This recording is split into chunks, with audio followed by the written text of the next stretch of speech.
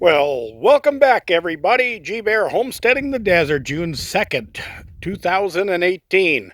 You're looking at the back of my completed chicken coop. Yes, the water barrel's up in place and it's full. That's why the ATV is here. I used the transfer pump and I had to use the battery unit to pump the water up.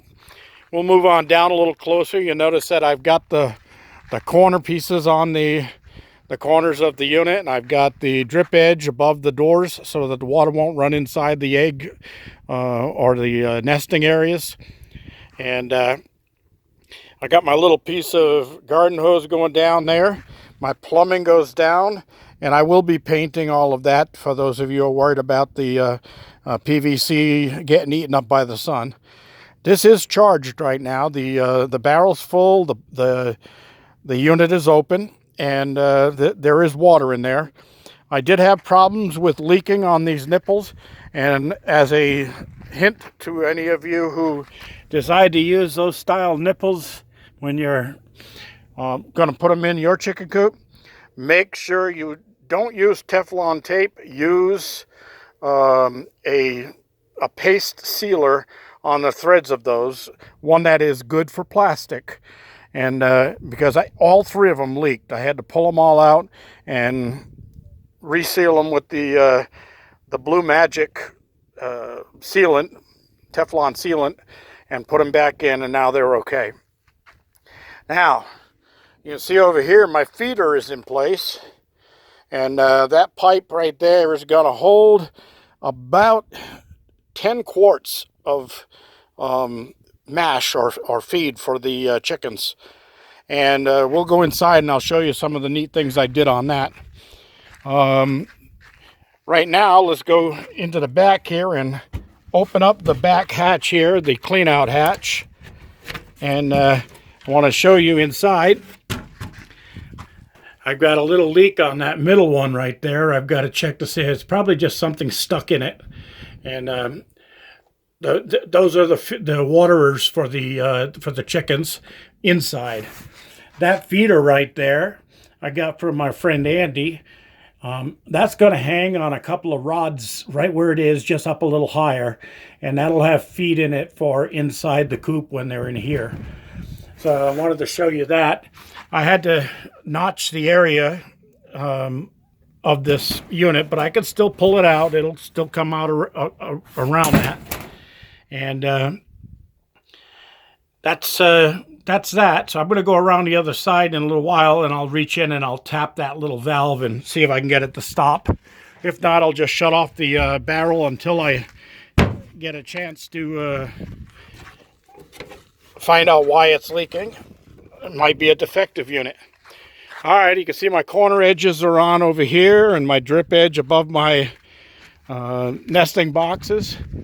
And we'll move around here. The door is closed right now, so because this thing is ready for chickens. Completely ready for chickens, except for food. I can't buy food until I know what age chicks I'm going to have in here. Different feed for different chicks. I'll run the magnetic pickup around this whole area tomorrow. Make sure there's no screws or nails or anything like that in the area. Let me reach inside here and tap that little valve and see if that solves the problem. And all right, let me show you what I did here on the auto feeder. Now, because I cut it through the wire, I had a weak spot in the wire. So I took another piece of wire and I stitched it around the backside to reinforce the wire there so that a critter can't come up and utilize that weak spot to break in. You can see that these are slanted down on both sides, and I drilled 2-inch holes to get them into there. One of my readers, a friend and a longtime friend and email buddy from Kansas, mentioned the problem with critters like mice and things like that getting into the chicken feed. Well, because she mentioned that, I decided that I was going to make these little things so I can close them off when the chickens aren't here so that they can't get into my feed. Isn't that cool? And what I did was I didn't put the lock screw in here like I did on the others. These are not glued, they're just screwed together. And the reason I didn't put that in was because I wanted to show you what I did inside. I made a metal piece in here that will direct the grain to both sides, and that kind of like makes an even swoop, almost like a slide, so that when the grains come down, it's going to split here and be forced off to the two sides. So that idea came to me as I was putting this thing together. And also, once I shoot that into place, I'll be putting a strap around both sides of this, anchoring it to the 2x4 so it won't move. Otherwise, it's all anchored and ready to go. So I'm going to keep that closed so no critters crawl in there and make a home in between. And this cap up here doesn't have any screws on it. It can be just removed any time to put more feed in there whenever I want to. And I will probably come up with some type of a funnel unit that I could put on there, or even a customized bucket with a crimped edge on it so I can just pour the grain in there. But that should hold quite a bit of grain for quite a while. And there's my watering unit underneath from this side. And of course you saw this magnet. Now look up here. Hey, I got my hatch in place. That was an easy, simple item. I did that in the first half hour this morning. And then these locks here, I could just rotate these and turn them to align with the 2x3, and I can lift this out when I want to. But nothing can get in if it tries. And you see the plywood on top there. That's actually screwed down to the hatch, so it overlaps the other 2x4 that's fastened to the roof area, so it can't fall down in. Even if something really heavy gets on there, it can't. I'm hanging on this thing right now, and that's solid. And I put screws on the other two edges completely, every notch, so it's really anchored well. I'm not worried about that. And we're completely sealed in here and protected. So I also didn't mention, you probably saw it in yesterday's video, I have a latch on the inside here. So when I come in here to do something, I can latch that and keep the door shut so the chickens don't run out on me until I train them to be free range and coming back for the nighttime and going into the coop. So they are protected in there. That's going to be great. And remember, that chicken wire goes down in the ground a foot below surface. So that was 4 foot wide chicken wire, only 3 feet above, 1 foot down in the ground. And now the only thing I've got left to do is I'll probably do that tomorrow, is I'm going to put my little plastic insulators at different locations all the way around the perimeter and get my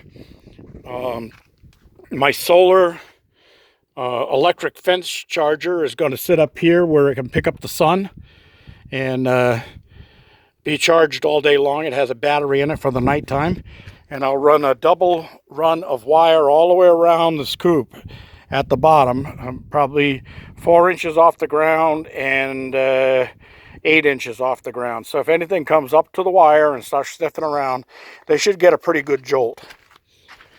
All right, that's all I have for today. This took the whole day. Oh, I don't know if you noticed, but the roof is on. I did roof it. I did that first thing this morning before it got too hot up there.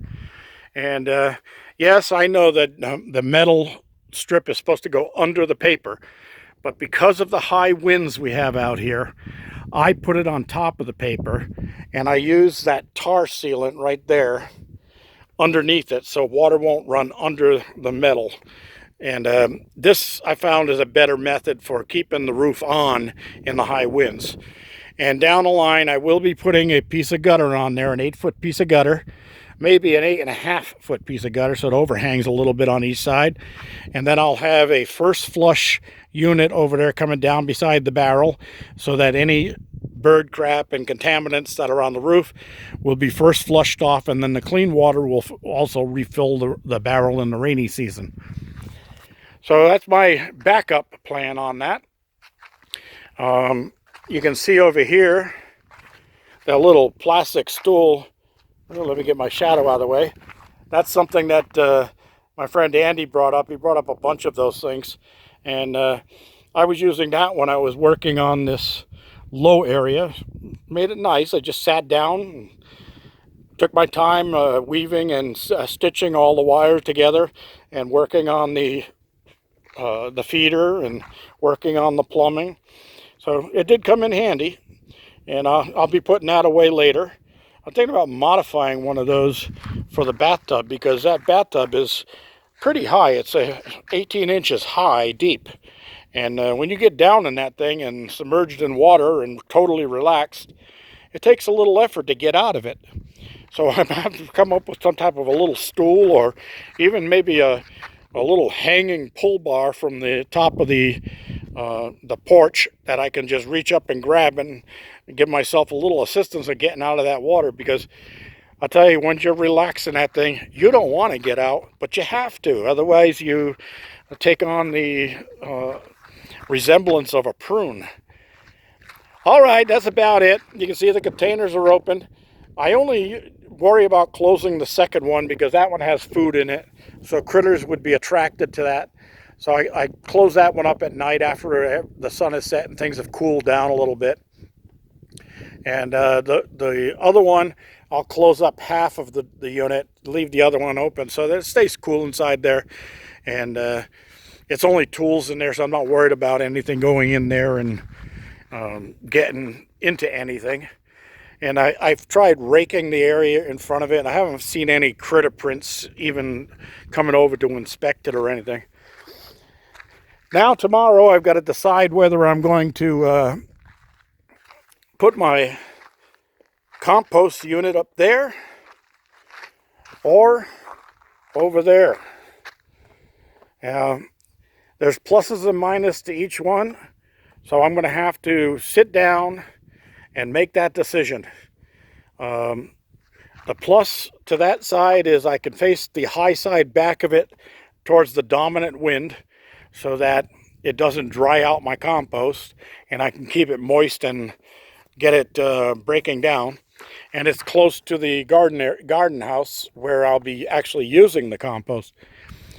The thing of putting it over there is it's completely out of the main area here, and it's on the downside of the wind, so we won't smell compost.